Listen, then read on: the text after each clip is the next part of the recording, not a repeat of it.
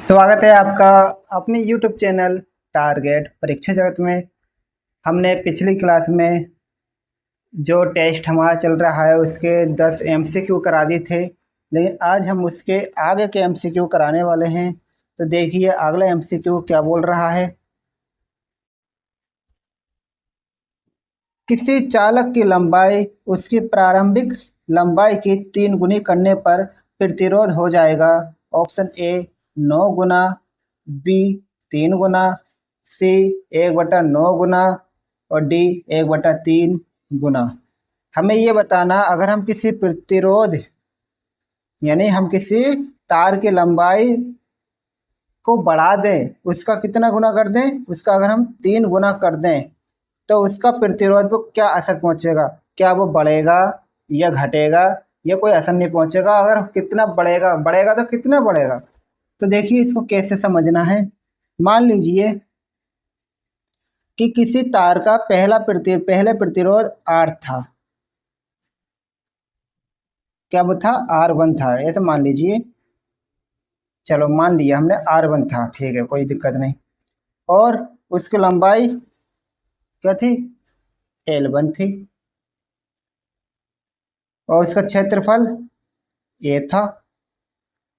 और दूसरी बात, उसका प्रतिरोधकता रो थी। ठीक है ना। जैसे ही 3 गुना करी तो लंबाई क्या हो गई?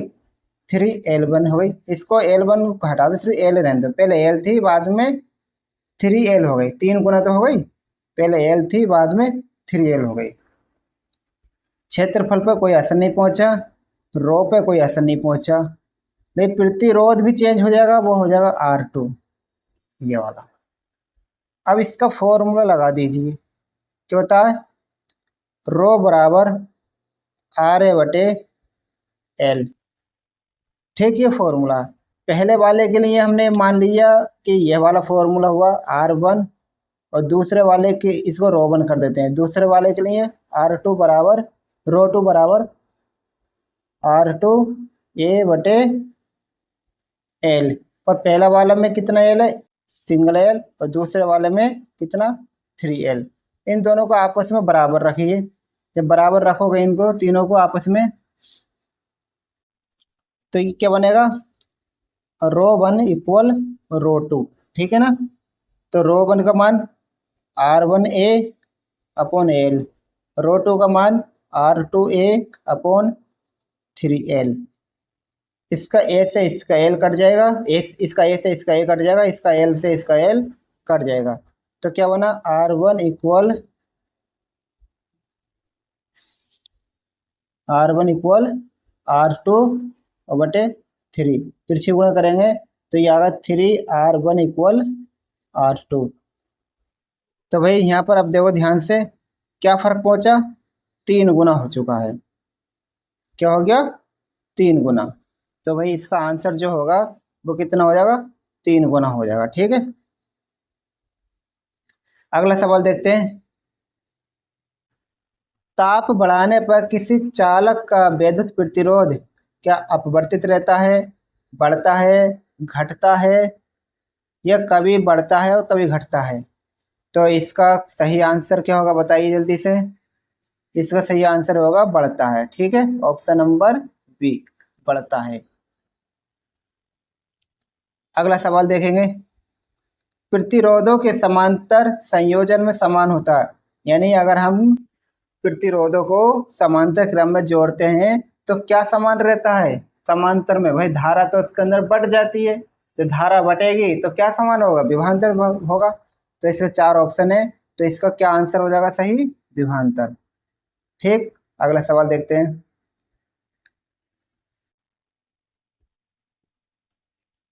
4 ओम प्रतिरोध वाले n चालक तार समांतर क्रम में जोड़ने पर तुल्य प्रतिरोध होगा। क्या 4n होगा, ये 4/n होगा, या n/4 होगा, या 4n² होगा? बताओ। इसको भी देखते हैं।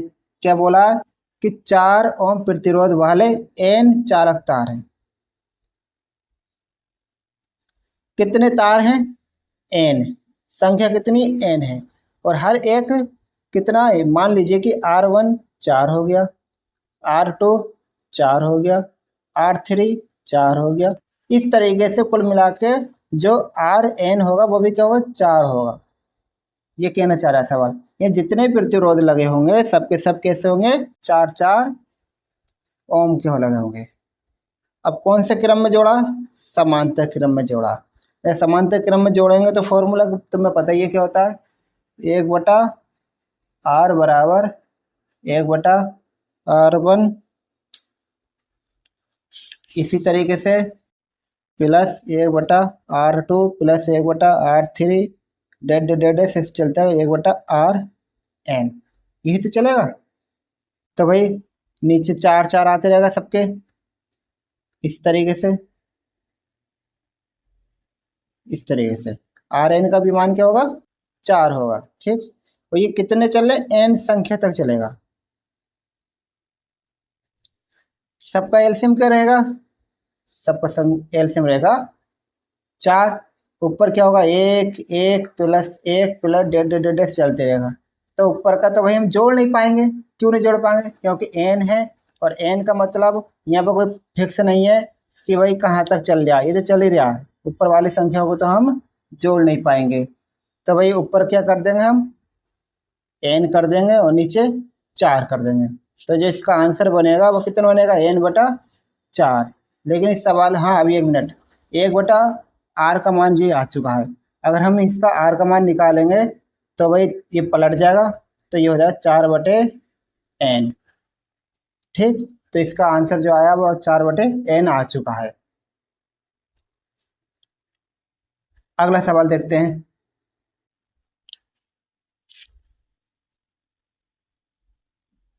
अगला सवाल देखिए, लिखा है प्रतिरोध R के किसी तार के टुकड़ों को 4 बराबर भागों में काटा जाता है।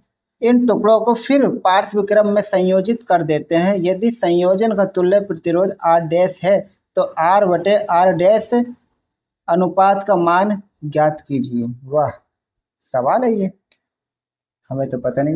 देखो, कोई हमने मान लिया कि कोई प्रतिरोध कैपिटल R है, कह रहा इसके 4 टुकड़े कर लो, किसी तार के 4 बराबर भागों में काटा जाता है, और फिर इनको कौन से क्रम में जोड़ते हैं, संयोजित, कौन से, पार्श्व क्रम में संयोजित किया जाता है।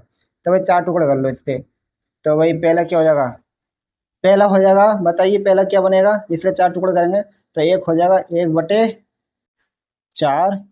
दूसरा क्या हो जाएगा 1/4। तीसरा क्या होगा 1/4। इस तरीके से 4 टुकड़े बना लो इसके।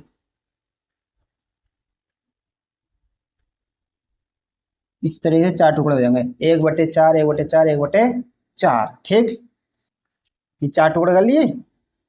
अब इसको कौन से क्रम में जोड़ना, समांतर क्रम में। पहले वालों को क्या मान लेंगे, R1 मान लेंगे।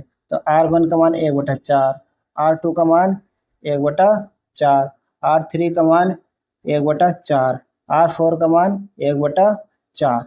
इस तरीके से हमारे 4 R1 R2 R3 R4 करके मान आ चुके हैं।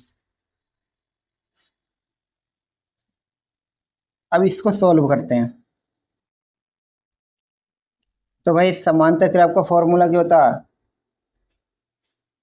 1/R। लेकिन ये कहा कि तुल्य प्रतिरोध R डैश है, तो इसको R डैश मान लेंगे, बराबर 1/R1 प्लस का 1/R2 प्लस का 1/R3 प्लस का 1/R4। ठीक, मान लगा दो, R1 का मान 1/4 प्लस R2 का मान 1/4 प्लस R3 का मान 1/4, R4 का मान 1/4। ये बटे में क्यों लग रहे हैं, क्योंकि मान भी बटे में नहीं हमारे, इसलिए लग पा रहे हैं। अब ये पलटेगा, ये होगा 4, ये पलटेगा 4, ये पलट जाएगा तो ये हो जाएगा 4, ये पलटेगा तो कितना हो जाएगा 4। 4 मिला कर सबको 4 जगह हैं तो कितना हो जाएगा 16। यानी 1/8 डैश का मान कितना हो गया 16। और 8 डैश का मान जब निकालेंगे इसे फाइनल तो आएगा 1/16। ये R डैश का मान आ गया। पर सवाल ने क्या पूछा है कि R अनुपात R डैश, ये पूछा है कि इसका मान बताओ। तो भाई लगा दो इसका मान जल्दी से। आर का मान कितना होगा? आर का मान कितना होगा? आर का मान होगा सिर्फ एक, क्योंकि हमने एक के टुकड़े ही 4 करे थे, इस बात को ध्यान रखो। क्योंकि देखो ना, ऊपर एक एक लिया हमने, एक को हमने 4 जगह तोड़ा था, तो इसलिए 1/4 1/4 करा 4 जगह। अगर 5 जगह तोड़ते तो 1/5 लेते, 6 जगह तोड़ते तो 1/6 लेते। इसका मतलब ये मत समझना कि आर का मान 4 है, 4 नहीं है, सिर्फ एक है। और एक को हमने जब 4 को जगह तोड़ा है एक को, तो इस तरीके से लिखा है, इस तरीके से। और ये वाला कितना हो गया? 1/16 हो गया। ठीक, तो इसको सॉल्व करते हैं। अनुपात का मतलब क्या होता है? बटा, और 1/16। अब ये ऊपर पहुंच जाएगा 16, और ये इसका आंसर हो जाएगा। तो भाई देखिए जल्दी से, इसका आंसर आता है 16। ठीक, ऑप्शन नंबर डी। अगला सवाल देखते हैं। यदि आर प्रतिरोध के दो प्रतिरोधों को समांतर क्रम में जोड़ा जाए तथा एक आर प्रतिरोध को इनकी श्रेणी क्रम में जोड़ा जाए, तो परिणामी प्रतिरोध क्या होगा? बताइए, इसको भी सॉल्व करके बताना है। कैसे करेंगे? कह रहा आर प्रतिरोध के दो प्रतिरोधों समांतर क्रम में। भाई कहा है कि R1 का मान R है और R2 का मान भी R है, दो प्रतिरोध है। इनको कौन से क्रम में जोड़ना? समांतर में। तो भाई समांतर क्रम में जोड़ेंगे तो क्या बनेगा?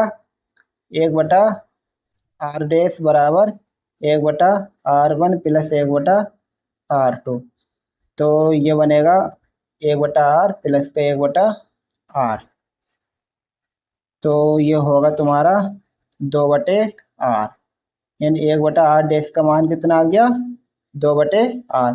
और हमें चाहिए R डैश का मान, तो R डैश का मान निकालेंगे तो ये बनेगा R/2। इस तरीके से बन चुका ये। अब कह रहा है कि समांतर क्रम में जोड़ा जाए, जोड़ तो लिया समांतर क्रम, कह रहा एक R प्रतिरोध इसके श्रेणी क्रम में जोड़ो। अब ये वाला जो मान बना है, अब इसको मान लीजिए R1, अब इसको मान लीजिए R1, इसको कर लेंगे। R1 का मान अब हो गया R/2।